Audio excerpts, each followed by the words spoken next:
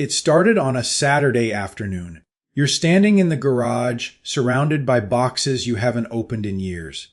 There's the exercise bike you bought in 2015, still wrapped in plastic, a set of golf clubs with dust on the handles, a bread maker, a standing desk converter, a label maker, things you bought during some version of yourself that never quite showed up, and you realize something slow and uncomfortable. You spent 20, 30, maybe 40 years of your life trading your time for money to buy things you never used. Things you convinced yourself you'd get around to. Things that were supposed to be rewards. But somewhere in the back of your head, you kept telling yourself it would be worth it. That when you hit 65, when you had enough saved up, you'd finally be free. That's the lie. Not some conspiracy. Not something anyone had to whisper. Just a quiet agreement you made with a system that needed you to keep working, keep spending, and keep waiting. And the thing is, those dusty boxes in your garage aren't just wasted money. They're evidence of something bigger. A set of rules you were handed without being told the full cost. Here's what nobody walked you through. The rules about retirement, about 401ks, about what enough actually means, about who you're going to be when the job title goes away, about whether Social Security is even going to be there. Those rules were written for the system's benefit, not yours. That's what this video is actually about. Not fear, not panic, not a pitch to move your money somewhere else. Just a quiet look at how the game actually works. And what it means for you, right now, while you still have time to play it differently. Think about someone you know, a colleague, a neighbor, maybe a version of yourself. They've done everything right, maxed out contributions for 20 years. Watched the balance climb past $1,500,000. And yet every time the market drops 2%, they're checking their phone at dinner, losing sleep. Their financial advisor keeps telling them they're not quite there yet. Just a little more. Maybe another year. That's not financial planning. That's a system that profits from your anxiety. Here's how it happened. For most of the 20th century, if you worked at a large company for 30 years, the company carried the risk. They promised you a pension, a fixed monthly check for the rest of your life. They managed the investments. You just showed up. Then, quietly, starting in the 1980s, that began to change. Companies shifted from pensions to 401ks. They called it empowerment, giving workers control over their own future. And there's a version of that which is genuinely true. But the other version is also true. Corporations offloaded decades of financial risk onto individual employees who had no training to carry it. And an entire financial services industry grew up around that transfer. The industry needed you to believe one thing above all else, that you will never have enough. So they gave you a number. $2 million. Sometimes $3 million. It floats around financial media like it's gospel. But let's actually look at that number for a moment.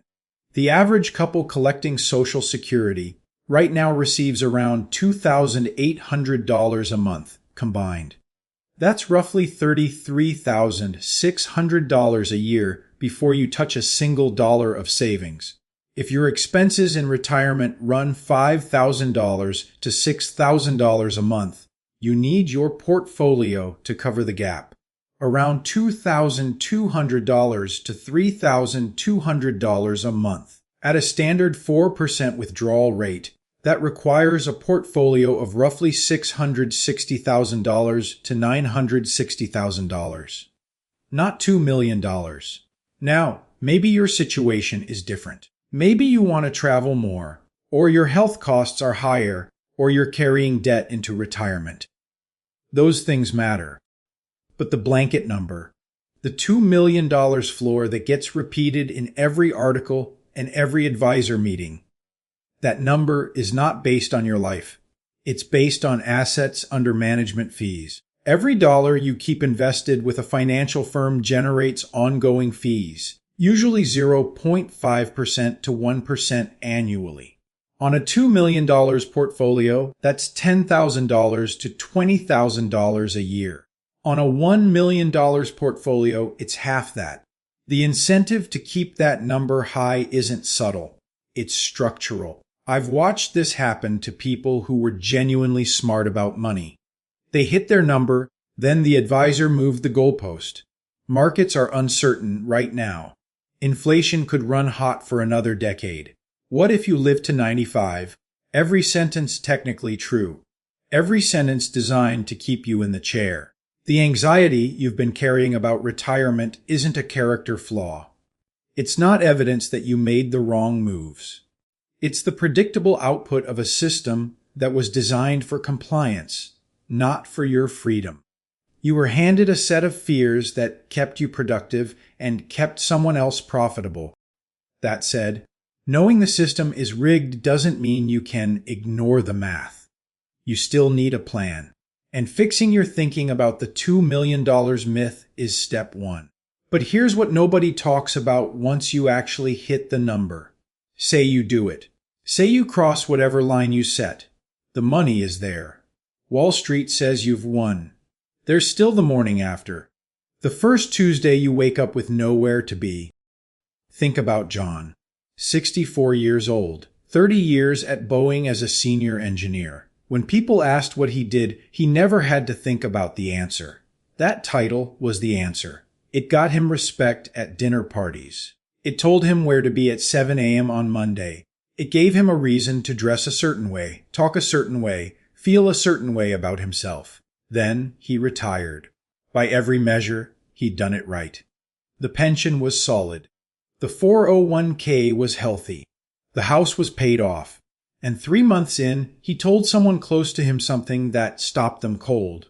I don't know who I am anymore. Not a money problem. An identity problem. I used to think the hard part of retirement planning was the financial math. Getting the accounts right, timing Social Security, managing withdrawals. I was wrong about that. Money buys options. It does not buy a reason to get out of bed. And this is the part of the retirement conversation that almost nobody is having, because there's no product to sell around it. Our culture measures human value by output, by title, by productivity. For 40 years, that system worked in your favor in a specific way. It told you exactly who you were: senior manager, director of operations, partner, lead engineer. Those words did a lot of invisible work. They structured your days, your relationships, your sense of worth. When that scaffolding comes down overnight, a lot of people don't feel free. They feel erased. Research from the American Psychological Association puts clinical depression rates significantly higher in the first 2 years after retirement than in the years just before it. Not because people run out of money, because they run out of role. That's the mechanism. And it doesn't get talked about in 401k planning sessions. So here's the real trade-off that nobody puts in the prospectus. If you spend the next 10 years building your financial portfolio and nothing else, no reinvention, no cultivation of who you are outside of work, no community, no craft, no purpose beyond the job, you may hit your number and find a life waiting that you don't recognize. You traded 40 years of your time for financial security. And then you wake up in that security and realize you never built anything to retire into. The loneliness is not hypothetical. Studies from the National Institute on Aging show that social isolation in older adults carries health risks comparable to smoking 15 cigarettes a day.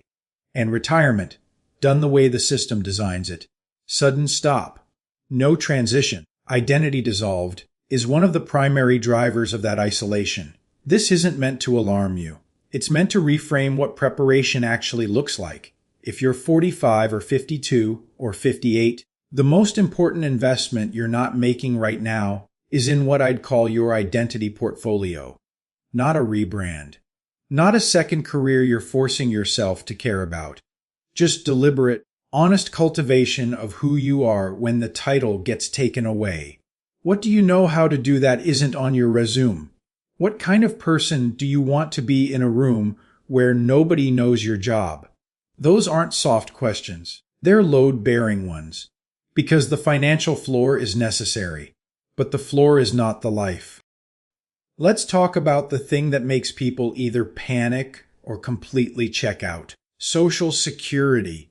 You've probably heard some version of this. The fund is running out. It'll be gone by the time you need it. Don't count on it. And if you've been quietly building your retirement math around the assumption that Social Security won't exist, you're not alone. A lot of people in their 40s and 50s have already written it off. That assumption is costing them real money. Here's what the actual numbers say. The Social Security Trustees Report. This is the official annual report to Congress, not a think tank opinion. Projects that the trust fund reserves could be depleted somewhere around 2033 to 2035. That's a real date. That's a real problem that Congress will eventually have to address. But here's what that date does not mean. It does not mean the checks stop. It does not mean the program disappears. Social Security is funded by payroll taxes collected every single pay period from every working American. Even if the reserves ran dry tomorrow, ongoing tax revenue would still cover roughly 80 to 83 cents of every dollar currently promised. A cut, yes. Painful, potentially. Zero. That's not how the math works, and it's not how the politics work either. No sitting Congress has ever eliminated a benefit that 70 million Americans depend on. The fear that Social Security will simply vanish was manufactured, and it has been profitable. Because every person who mentally removes Social Security from their retirement plan needs to save more, invest more, and pay more in management fees to compensate. So let's put a real number on what you're actually looking at. The average retired couple today makes around $2,800 a month combined from Social Security. Even under the worst case scenario, a 17 to 20% benefit reduction with no congressional fix. That couple is still receiving somewhere between $2,240 and $2,320 a month. That is not nothing. That is a foundation. Now, if you're between 60 and 63 years old right now in 2026, there is a provision in effect that most people have not heard about. It's called the Super Catch-Up Contribution, and it's part of the Secure 2.0 Act that went into effect in 2025. Here's what it means in practice. Normally, workers over 50 can make what's called a catch-up contribution to their 401k, an extra amount on top of the standard annual limit. For most people, that catch-up sits at around $7,500 a year. For people aged 60 to 63 specifically, Secure 2.0 increased that limit to $11,250. That's 150% of the standard catch-up. It's the highest contribution window available to any age group under current law. If you're in that window and you're not using it, you're leaving a tax-advantaged opportunity on the table that closes the moment you turn 64. Run the quick math. If you're 61 and you max out the super catch-up for 3 years, 61, 62, 63. That's $33,750 in additional pre-tax contributions before you hit the standard retirement window. Invested conservatively at 6% annual growth, that compounds to roughly $40,000 to $42,000 by the time you start withdrawing, on top of whatever you've already built. It won't rescue a plan that's badly underfunded, but for someone who's been contributing consistently and just needs to close the gap, this is a real lever, and it's available right now. If you found the Secure 2.0 breakdown useful, hit like and subscribe. It tells me to keep making these deep dive videos on retirement tax strategy. Now, Social Security secured, contribution window understood, but there's a different drain that none of these optimizations can fix. Because it's not in your brokerage account. It's sitting in your driveway, and it might be attached to a 30-year mortgage you're still paying. Picture a neighborhood you know. Nice street, mature trees. A house with 4 bedrooms, a 3-car garage, a backyard that took years to get right, and inside, A couple in their early 60s who are technically asset-rich and quietly cash-poor. 2 of those bedrooms haven't been slept in since the kids left. The garage holds 1 car and 30 years of accumulated things. The backyard gets mowed because it has to, not because anyone's using it. Their net worth looks solid on paper. The equity in that house is real, but every month, property taxes take a significant chunk. Homeowners insurance. The HVAC system that's overdue for replacement. The roof that has maybe 4 years left. The HOA fee that keeps creeping up. They have wealth. They don't have flexibility. I came close to making the same mistake. A few years back, I was seriously considering moving into a larger place. More space, better neighborhood. The kind of upgrade that seemed like a logical next step. Then I sat down and actually ran the numbers on what that decision would cost me per year in carrying costs alone. And I realized I wasn't buying a house. I was buying myself 10 more years of needing a steady income just to maintain it. I walked away from that deal. It's one of the better financial decisions I've made. Because here's the trade-off that nobody frames clearly. Every dollar locked in a home you don't fully use is a dollar that can't generate income. Every month you spend covering taxes, insurance, and maintenance on excess space is a month your time is not fully your own. The house isn't just a house. It's a recurring obligation with a deed attached. There's a reason the financial industry doesn't talk about this loudly. Homeownership is tied to identity in a way that makes it hard to examine honestly. Especially for Gen X, a generation that watched their parents build wealth through real estate and internalized the message that more square footage equals more security. But your parents' real estate strategy worked inside a specific set of conditions. Low property taxes in many regions, stable maintenance costs, a culture where staying in one place for 30 years was the norm. Those conditions have changed significantly. The actual math on a typical 4-bedroom suburban home in 2026 looks something like this. Property taxes in many metro areas $8,000 to $14,000 a year. Homeowners insurance $2,000 to $4,000. Routine maintenance on an older home another $6,000 to $10,000 annually as a realistic average. That's a floor of roughly $16,000 to $28,000 a year just to hold the asset. Before any mortgage, before any upgrades, before the unexpected. For someone drawing $5,000 a month from a portfolio and Social Security combined, that carrying cost represents 3 to 5 months of income every year for rooms that aren't being used.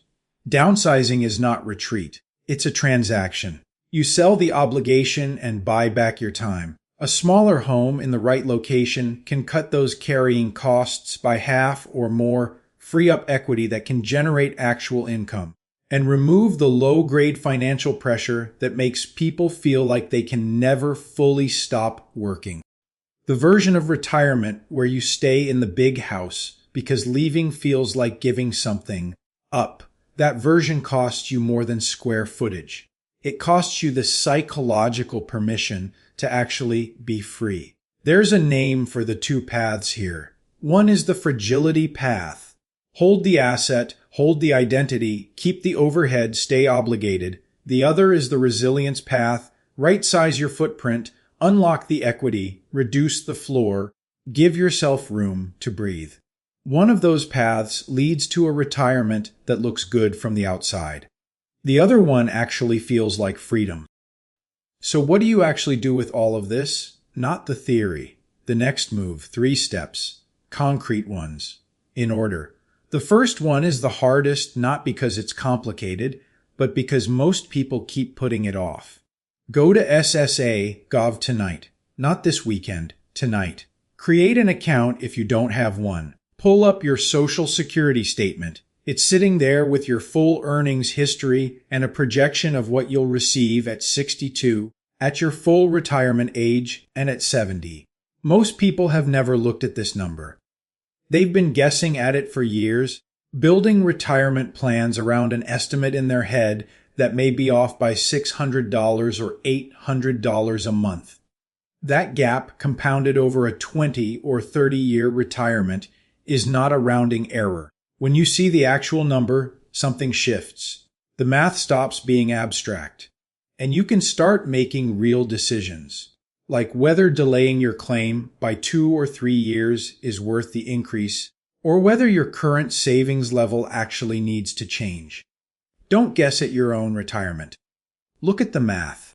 The second step is less comfortable. Sit down and calculate the true annual cost of staying in your current home. Not the mortgage, the full carrying cost, property taxes, insurance, routine maintenance as a realistic annual average, and any deferred work you know is coming. If that number is above $20,000 a year and you're living in more space than you actually use, that's worth a serious conversation with yourself. Not an immediate decision, just an honest look. Downsizing is not something you do because you failed to build enough. It's something you do because you understand the math better than the people who are still performing homeownership as a status signal. You're buying back time. That's a different transaction than what most people think it is.